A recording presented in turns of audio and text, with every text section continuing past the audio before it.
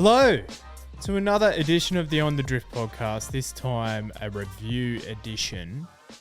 But my great old mate Jonesy, he's on the road from a little soiree on the Gold Coast, mate. How was that?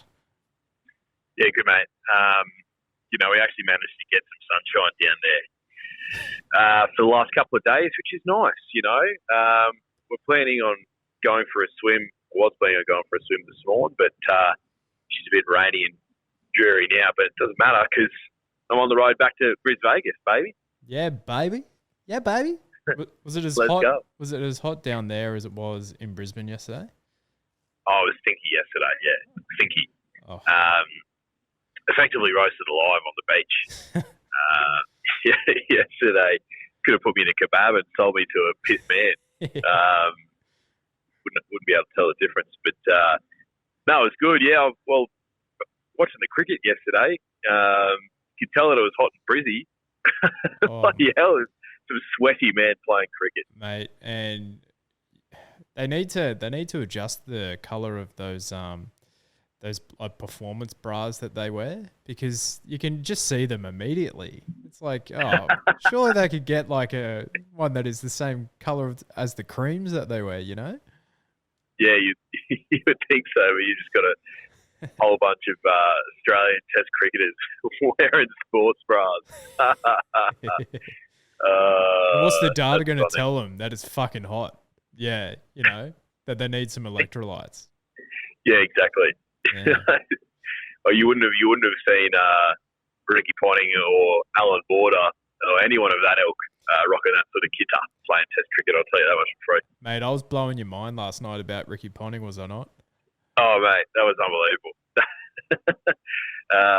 That catch at silly mid without a helmet, you'll never see something like that ever again. Yeah, nah, it's especially in the current, like the modern day in age, because he used to not wear a helmet on the offside, but he'd wear a helmet on the leg side, basically.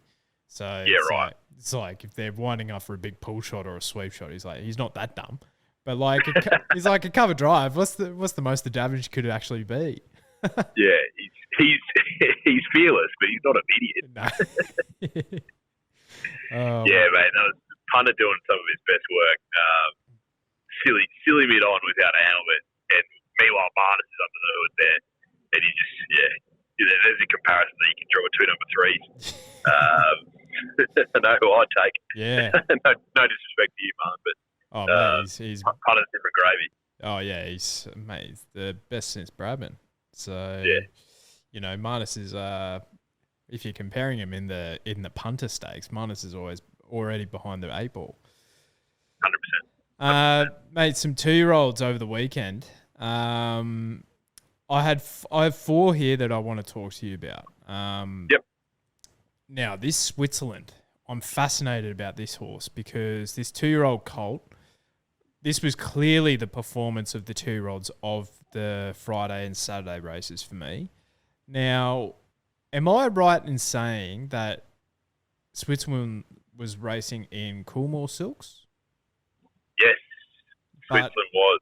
But he's out of Schnitzel by Miss Bad Behaviour. Now, that's an Arrowfield product, am I correct? Yes, you're correct. So, Coolmore bought Switzerland $1.5 million purchase from, I guess, the Arrowfield draft. Whether he was a Magic Millions purchaser or maybe an English purchase, I'm not sure. But no, yeah. So Coolmore buying a $1.5 million colt, like you wouldn't read about it, obviously. But no, yeah, he's an Arrowfield product, and yeah, I can totally agree, mate. He looks as smart as he looks like one who can actually, probably get up to that sort of stakes grade. It's with these 2-year-olds, obviously things can change so rapidly, but he looks smart. And Shinzo last year, I don't know whether he was an Arrowfield product, but he's by Schnitzel, so right. So whether he was bred on the farm or someone just got the service from Schnitzel, I'm not sure, but yeah, Coolmore. I tell you what, if they end up buying Storm Boy as well, they could have the hottest size on the planet. That's for sure. Yeah, you're not wrong. So Switzerland was from the Australian Easter yearling sale. So not quite Magic Millions. So probably just needed a few months to kind of mature as a yearling, Switzerland. But 1.5 million. Like, my God, they are not afraid to throw around their cash, Coolmore. Oh, mate, no. They've got ridiculous amounts. And Tommy Magno, he's not afraid to spend it. It's ridiculous. $50 million for Stormboy potentially. Gee whiz. Yeah, and all right, so and that's where all the comparisons are naturally going to go because recency bias is bliss in these 2-year-old races. So it's like, all right, let's have a look at what Shinzo did during the autumn, and he kicked off his campaign probably not as impressively as Switzerland. So, yeah, Switzerland has now been crunched into, I think, second favourite in the Golden Slipper market. So $11 now. $11 in the Golden Slipper for Switzerland versus something like the $4 or $5 on offer for Stormboy. I know which direction I'd be heading in. Oh, yeah, I'm with you, mate. I'm with you. Lots of water under the bridge before the slip runs, but from what we've seen from Stormboy, he could be generational, right? So, yeah, I'd rather be taking those odds. $3 now with Ned's Stormboy. That is short. This is shit. That's short. That's getting in unplayable territory now. Yeah. So, well, the thing is, like, realistically, what would he actually start on the day? Like, how short could he possibly be? Like, are you going to see a Golden Slipper with favourites, in red odds, sub $2? Like, realistically, do you think you'd see that? No. If he dominates the rest of his races, he'd probably only have, maybe one lead-up run into the Slipper? Yeah, in the acceptances markets, he might be like, say, $2. But then if he draws bloody barrier 16, then you're going to get $3 on the day anyway. Yeah, shit. Yeah, sure. So, and this, as you said, there's so much water under the bridge. If you're taking $3 for Stormboy now, you are an absolute sicko to the game. Sicko mode. Toxic. Yep. So the other 2-year-old performances of the weekend, mate. So High Octane, I reckon, was the second of the top 4 for me. So he ran quicker time than the fillies at Caulfield on Australia Day. And I did see that the fillies had the same weight as the boys as well, so you've got to take that into consideration. But so High Octane is a son of Deep Field, and he was sold for $1.05 million at the English Easter yearling sale last year as well. Now, and that was after he was withdrawn from the Magic Millions sale. So I'm assuming he didn't hit his reserve, or they just wanted to save him for English. But I'm assuming it was the former. Yeah, it's maybe something turned up on the X-ray or something like that before he went to the Magic Millions, and they decided to pull the pin. But those silks are becoming pretty synonymous with dominant 2-year-olds, mate, aren't they? Aren't they? Yeah. I completely agree, though. High Octane definitely the second pick for me. The fillies race, I'm not sure about that race now, mate. The filly who won, that was her third or fourth start, wasn't it? Yeah, third start. Yeah. So I'm taking the boys over the girls. Yeah, at this early stage. That's Hayasugi you're talking about. So how's this, right? So Royal Meeting out of China Road, this filly, 47,500 in sale price, and she's already got 225,000 in the prize money kitty. So of those 3 that we've actually talked about, she's well and truly paid for herself. Obviously with like Switzerland and High Octane being stallion prospects if they go on to win a decent stakes race, but I thought she was pretty decent, like to run on like that, and I think Royal Meeting would be an English sire, would he not? I'm not sure, to be honest, about Royal Meeting. have to do a bit of research on that one, mate. Sorry, mate. But she. Oh no, he's at Leneva Park, so that's right. Yeah, right. Mick Sharkey's bloody going on about this thing. Oh right, yeah. Look, she showed a decent turn of foot, so and she wouldn't be fully screwed down, but maybe there's a bit more under the hood, but High Octane, he's clearly got something under the hood with that name. Yeah, absolutely. Now, I don't know if you saw this one, but the grey filly on the Sunshine Coast, El Morzillo. Did you see this? No, one? I didn't see it. No. So she was carrying 56.5 kilos. Now she was if you add on the filly's allowance to that, so 2 kilos, she was actually only half a kilo under the top weight. Now she took an age to wind up, and it was only over the 1,000 meters, I believe, at the Sunshine Coast. And she only got the job done in the last 50. It never looked like she was going to get there. So I'm going to chuck this filly into my black book, because if she has a long-term target, something over the 1,400 or even the 1,600 meters of the JJ Atkins in the Brisbane Winter Carnival, that could be her jam, I reckon. She was really, really impressive. Little grey filly, hey? Yeah. Yeah, she's out star witness out of Avocado. How's that for a horse's name? Avocado. Yeah, I like that. I like that. Now, that's the 2-year-olds done and dusted, mate, but I'd still say in the power rankings you'd have Stormboy very firmly number 1. And then I wouldn't forget about a horse like Shangri-La Express either.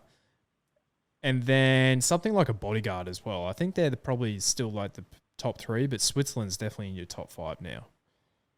Yeah, I think so. And unfortunately, Bolva still had a bit of a setback. So I don't think we're going to see her for the Blue Diamond. Whether she's right to go for the Slipper or not, I'm not sure. But Bolva still and Aussie Gear Silks.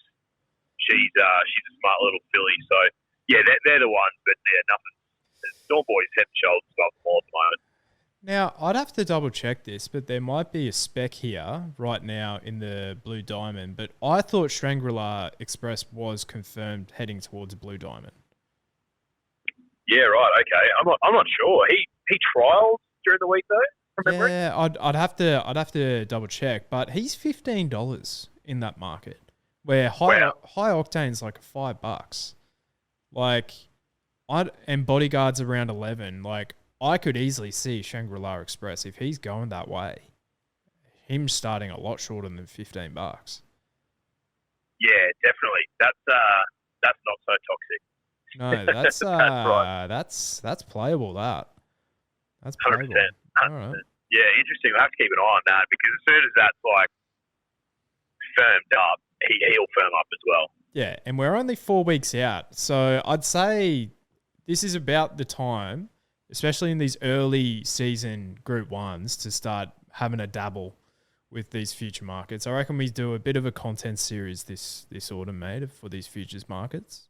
I know they're not exactly your thing, but I reckon. Hey, it takes 2 to tango, mate. It does. I can play the game. I can play the game. Now, one thing we do have to address is a horse by the name of Counter, who's now an 11-start maiden. Oh, mate. Who's in the On the Drift ownership. Mate, I was on the floor. I had my hand. I was watching in the comfort of my own home, lid off, aircon on. I was in bliss.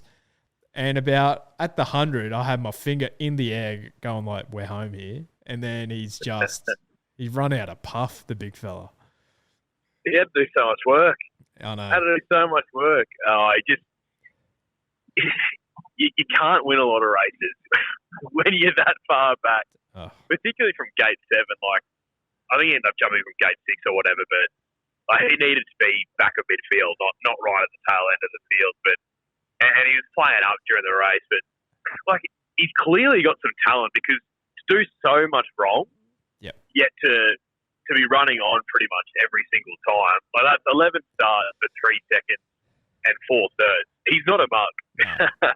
So, but it was I was the same. I was watching it with G, and I started to get up and about, and once again he found one better. But one of the other guys in the ownership group, Matty Cameron, shout out to him. We always have this banter at work that like he's effectively got a 60 to 70% chance of coming second or third. So based on that theory, let's just chuck him in the Everest. Let's chuck him in. Let's back him up into a Caulfield Cup and then into a Melbourne Cup because he's going to finish second or third, and the prize money is going to be elite. I mean, the first horse ever run second in an Everest and then in a Melbourne Cup. Unbelievable. Oh my God. Yeah, it's amazing what ownership can do to your to your judgment of a horse, right? But he'll win a race. He's just I think unfortunately our boy Counter's going to be a little bit of a goalie loss. Oh mate, you thought I'm Thunderstruck could run on? Jesus Christ, he's got nothing on Counter. Holy shit! That's what I get for talking so much shit. But look, I'm not overly disappointed. Like it is. It does suck a little bit, but like he could also be running on into fifth or sixth every time. So, yeah, exactly. So he's not a mug. He'll win us the race. Yeah, I agree. He's paying the trainers' bills at the moment by all these placings he's getting. So could be true. Could be worse. Like so, we're having a bit of fun with him, but it could be a lot more fun if he just finds one better. You know who we need. And this is just like what I think we need J-Mac. So J-Mac gets on Fangirl, turns her into a bloody forward to midfield horse in one of the biggest races on the calendar, and then she wins by 3. Like, we just need J-Mac on the back of counter, get him a bit of a nudge in the ribs and get him a bit more positive. Mate, how good is J-Mac? So, dives back over across the Dutch. For the first time in God knows how long. Yeah. And just jagged the 2 big races. I know. Oh, he's so good. And just regularly clips Group 1s in bloody Hong Kong. He'll be the greatest we ever see in our lifetime, I think, mate. And all due respect to Ollie the GOAT, but J-Mac is just different gravy. Yeah, he is. Nash is still my number 1, though. Mate, Nash is still my favourite. Don't get me wrong. Like, if I to be honest, like if I had to choose between Nash and J-Mac, I'd probably be taking hot Nash. Yeah. Because he's going to do everything he can to get the dub. He doesn't care about getting rubbed out for a few weeks. God no. Speaking of jockeys, yesterday, so Kieran McAvoy, he had a double. He was on Switzerland and Dazzle Legend, and I don't know if you saw on Twitter Drifters, but earlier in the week he's actually leading. He's got the leading strike rate in Sydney Jocks throughout January. Kieran in town, so he's kicked off 2024 in pretty good form. Nash had a winner. Zach Lloyd had a double as well. So they were the highlights out of Sydney. And then out of the 2 days of racing in Victoria, Damien Lane, mate, 4 winners across the 2 meetings. How good is that? Yeah, very good. You called it as one of your green lights for the Autumn Carnival that Damien Lane's going to have a big carnival. And, yeah, he's riding so well at the moment. Just with a lot of confidence, getting his horses into the right part of the track and getting them to really relax. From what I can see, at least watching on the telly, like I'm not there in person. He started off on fire. Got home to Victim's best of the day, V8. V8, the Australia Stakes. Yes, it was good. It was a good win. Knuckled down right at the end. Yeah, it was a good win. I thought, it was professional. Like 55 kilos, so he had the weight relief, but I thought the market kind of nailed it. So V8 won with recommendation, and Southport Tycoon filling the placings as well. But mate, V8, I think he's just got a lot of upside. And the thing I want to see from him next start is put away this second up syndrome to bed. I want to see him a bit more consistent because he that's probably the one knock on him for me is he is a little bit inconsistent. Yeah. Well, he's a bit cultish, isn't he? He's like his daddy. Yeah. Well, yeah, Grunt could put it in a stinker, couldn't he? Yeah. He put it in an absolute stinker, but when he put it all together, he was a fantastic horse. V8 for me. So what's the plan for him? Have the McAvoy said? Are they? I could see him doing a bit of a Jackano and taking out a CF4 or a Futurity, get that Group 1 over 1,400 metres. I don't think he's a miler for mine.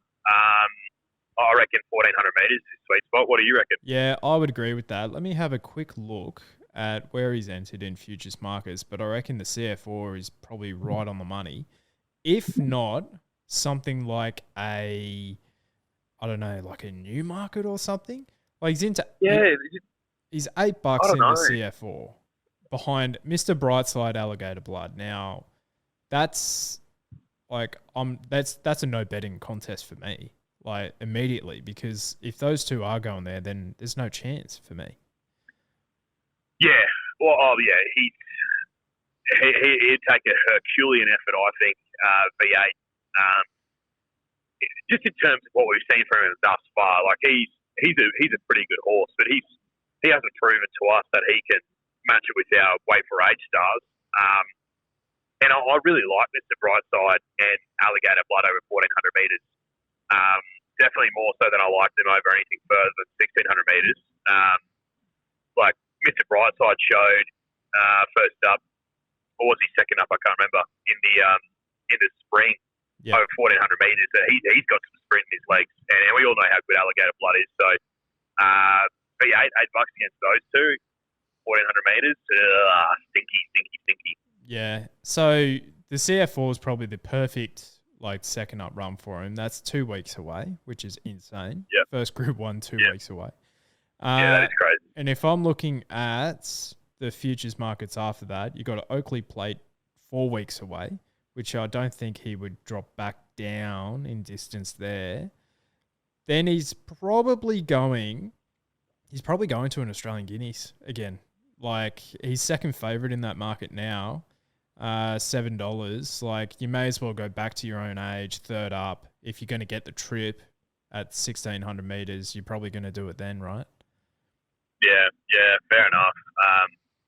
He's one of those horses where it's just going to come down to timing and who the opposition is. You know, if he does jag that Group 1, for me, V8. But I think he's got the ability to jag one. But that was a good win on the weekend. And your thing, Southport Tycoon, I thought that was a great return. It was a fantastic return.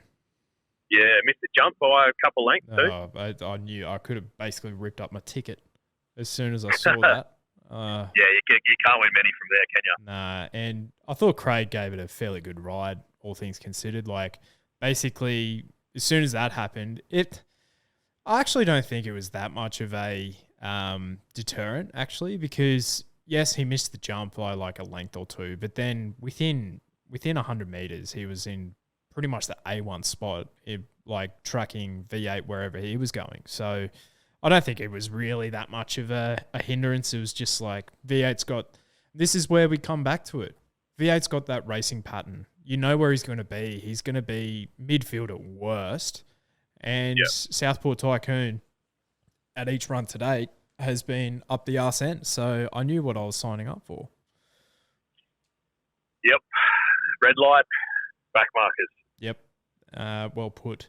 Well put by you. Now, I have Zou Tiger to talk about. Yeah. He brained him. He brained him, mate. Absorbed a lot of pressure up front. Then kicked away. And, you know, there's two very good-looking blokes who earlier this week were talking about the fact that you take your money from his run on the weekend and you don't worry about him for the rest of the prep because this is a winnable race for him, even though he's only won once before. Mate, and rest of the prep. And the source, best of the day at about $5. Yeah. So I hadn't checked the other jurisdictions, actually. I don't know how their best went, but I know that Sydney Sources and the Victorian Victims best of the days got the job done. So that's a nice little double, paying double figures if you landed that, Drifters. Bang, bang. But, mate, Zou Tiger, what, you get the money from the prep, mate. That's the money you get for his career. Like, I'm done. I'm never going back. No. Yeah, you don't need to. No. But it just, and this is the thing, Drifters, and something that you can learn as you progress through your horse racing and punting journey is some races just set up for certain horses. Yep. And and that was Zou Tiger's race to win, and he put him to the sword. Yeah, he brained him, mate. Well done, mate. Brained well him. done, mate. It was easy. Yeah, easy stuff. I know. Sometimes it does feel like that. Now, on the other side of this, right? Now, there was a Australia Day meeting at Caulfield there, and I think the victim's best of the day was Steparty. Now, he just looked flat, didn't he? Yeah, he looked flat, mate. Very flat. I think catching up with the victim, he went he went winless on Australia Day. Oh no! There wasn't a single winner. I think there was something like 5 thirds though. Yeah, right. So he was swarming up the victim, but Steparty looked a bit flat. And I said during the podcast, I was like, "Great media, he's just a rung below these." But mate, he destroyed them. He did. He destroyed them. He's got the residual fitness from the very, very deep spring campaign as well. Blake Shin on board, drew barrier 2, just controlled things up front. Out of brace smash, probably likes it rock hard as well. So I think, brave mead, maybe 1,200 metres is his jam. Maybe it is, yeah. And not over racing him either. Like, I feel like he was racing better at the start of his prep, where he's a bit fresher during the spring. So maybe just ease up on the prep, you know what I mean? But Australian Bloodstock do love to flog their horses. They do. They really do. And the Mara News stable does their horses long preps, but it's just a Mara stable now, isn't it? But look, they've got a strong track record, and they know what they're doing, obviously. So but brave mate. That was a good win. Steparty, I guess he's on the path to a Guineas. I'd say so. Yeah, he just wasn't fully screwed down and just needed a run, but he had every chance. But he did. He did, but like if I look at it, maybe we're a bit too harsh on him. Like he drew the outside barrier. He was 3 wide the majority of the trip, and then he's only been beaten 2 lengths. So I think he kind of found some again on the line. So I think he's done okay. Tell you who was a really nice return again, and he can run on a bit, is King Colorado. That was a really nice return, 59.5 kilos. So he was giving 1.5 kilos to the winner. He was a sensational performance, I thought. Yeah, that's a green light for King Colorado. But very interesting to see what happens to him. I don't know what price he'll be in futures markets in the Guineas, but I'd imagine he's going there. Well, have a guess what price he would be in the Australian Guineas right now. Oh, well, after that, I'm guessing he'd be $5. Mate, $5.50, you nailed it. Gee whiz. $5.50 favourite. You know what with him? He was so lightly raced heading into the JJ. He wins that, right, which is phenomenal. And then all of a sudden, heading into the spring, you've just got really high expectations of the horse. And maybe that sort of winter prep, the spring just came a bit too soon for him, maybe. So maybe, a few weeks out in the paddock, strengthen up, a bit more knowledge of the racing game. Like he's been in a Cox Plate now. It might just be the making of him. Like he could come back and peel off a few wins this prep, get another Group 1. And $5.50 with the Australian Guineas. Like I'm not diving into that price, but I'm not surprised. Yeah, that market is wide open for me. If you want to take on King Colorado, which a lot of people would, like you have Veight $7, second favourite, Griff again, Southport Tycoon at $9, and then you've got Steparty at 11s, Militarize at 15s, he won't be going there. And then I look down the list, something like we saw Legato take this out last year, so the fillies can beat the boys in the Australian Guineas. Someone like a Skybird at $15 could be a good play for me. Yeah, that's not a bad shout actually. She's a nice little filly, 5,000 guineas filly. Yeah, interesting. The Australian Guineas is a toughie. Yeah, we've had some weird winners recently. Like, what was it, Luna Fox or whatever? Oh yeah, at 300 to 1. One of the great training performances of all time. You know, he's like, I don't know what to do with this colt, so I'll put it next to a filly and get him all riled up, and then he's all that extra testosterone that he's just used it on race day. How good's that? I was on the floor that day. Yep, I was shocked.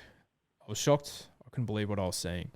Now, another thing that was mentioned on this podcast on Wednesday, I thought Ayrton would just get the job done. And tell you what, he only just did, but he did get the job done on Australia Day as well.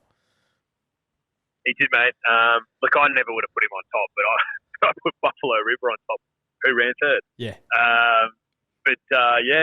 He just, in that sort of listed Group 3 sort of grade, like, you know, he just, that's probably him, you know? That's his jam. The thing about this horse is that you're never going to get a good price for him, like, ever.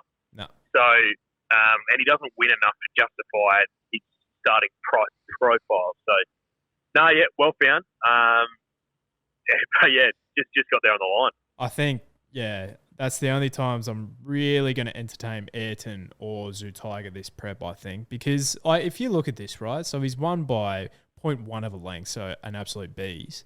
And then you look down to 7th, and he's only beaten them by a length 0.7 lengths. 1.7 lengths. So it's like, you know, it was a bunched finish. Not too much to take away from that. You get your money and you leave the casino and you go 100%. 100%. And like, you put all of those horses again against each other, which all those horses they run against each other all the bloody time, and there'll be a different winner probably, you know. But if they race against each other 5 times, there'd probably be 5 different winners, you know. Yeah, it's a good point you make. All right, mate. Well, that's all I really had in store for you. How's the rain when you're driving back right now? Mate, it's pissing down. Yep. Absolutely pissing down. So, you know, you take the sunshine that you got the previous couple of days and you acknowledge it and you move on. So we've got, 2 more weeks until the first Group 1 of the year, CF4, and then we're full steam ahead to the autumn. I think this Wednesday we do the February features. So we have a look at the futures market throughout February. So there'll be the CF4, the Blue Diamond, Oakley Plate, and there'll be another one there as well. Why don't we do that, mate? We'll have a bit of a play around there and put out a few specs. Sounds like a plan. Can't wait. All right. Well, I'll see you later today to, you know, chuck on a suit. Hopefully it fits. And then, that's all she wrote, I think. Lovely stuff. See you, Drifters. All right. See ya.